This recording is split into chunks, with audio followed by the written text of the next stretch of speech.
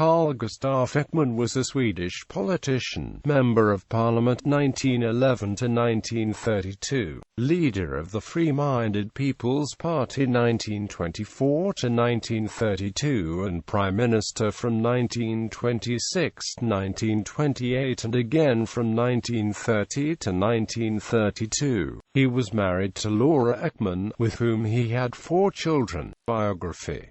Carl Gustaf Ekman was born in Munktorp in Västmanland County to farmer and soldier Carl Ekman and Josefina Safström. He began working at the age of 12 as a farmhand, read everything he could get his hands on, and was entrusted with duties inside the temperance movement, where he became a functionary. He was promoted to director of the Friends of the Temperance Movement's Disability and Burial Fund in Eskilstuna. He was appointed in 1908 to chief editor of the liberal newspaper Eskilstuna-Kuriren. His attempt to be elected to Parliament failed because of the domination of the Social Democrats in the industrial town of Eskilstuna. But in 1911 the Liberal Party gave him a seat in the upper house for the county of Gävleborg. He quickly established himself as the country's leading proponent of total prohibition on alcohol. In 1913 he moved to Stockholm and quickly captured a seat in the Riksdag representing Stockholm. Ekman became the most influential and controversial politician of the 1920s.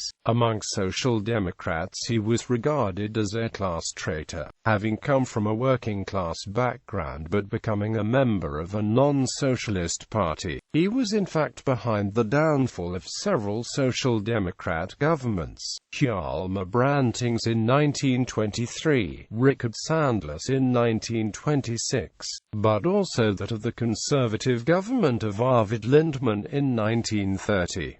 In 1924 Ekman became the leader of the newly formed Freeminded People's Party. As party leader, he worked to strengthen the party's influence by cooperating with both the right and left. His strategy for power was based on controlling the political center in order to control the game, this being predicated upon no one bloc having a clear majority in the Riksdag. After Sandler's fall from power in 1926, Ekman became prime minister for the first time. He was able to play the right off against the left by appealing to both, and by doing so he became more successful than expected. He resolved an old debate on local taxes with a law on proportional taxation, which is still in effect to this day. He also concluded a sweeping reform of the school system. In 1928 the Conservatives won in the polls and he was forced to give up power to Arvid Lindman. Ekman returned in 1930 when he and Per Albin Hansson defeated the government's proposal to raise tariffs on grain. His second period as Prime Minister was difficult. The international depression after the Wall Street crash of 1929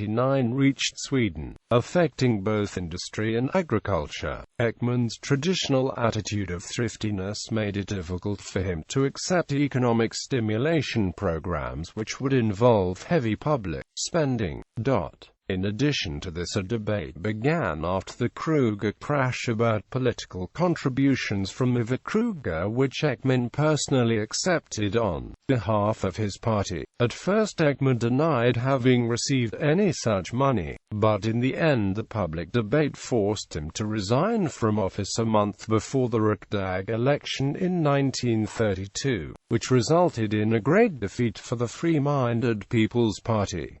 Ekman never returned to politics. Less than 2 years after his resignation, his party was also merged with the Liberals to form the Liberal People's Party. Not even his enemies thought that he had actually taken money for himself. Nevertheless, his conflicting statements on the matter were used to cast suspicion on him so that a formidable political opponent could be disposed of. Ekman's legacy has been colored to a great extent by his political maneuvering as well as the scandal leading to his resignation, which do not do justice to his result-oriented policies during an anxious period where no lasting political majority could be formed. He died in Stockholm on 15 June 1945.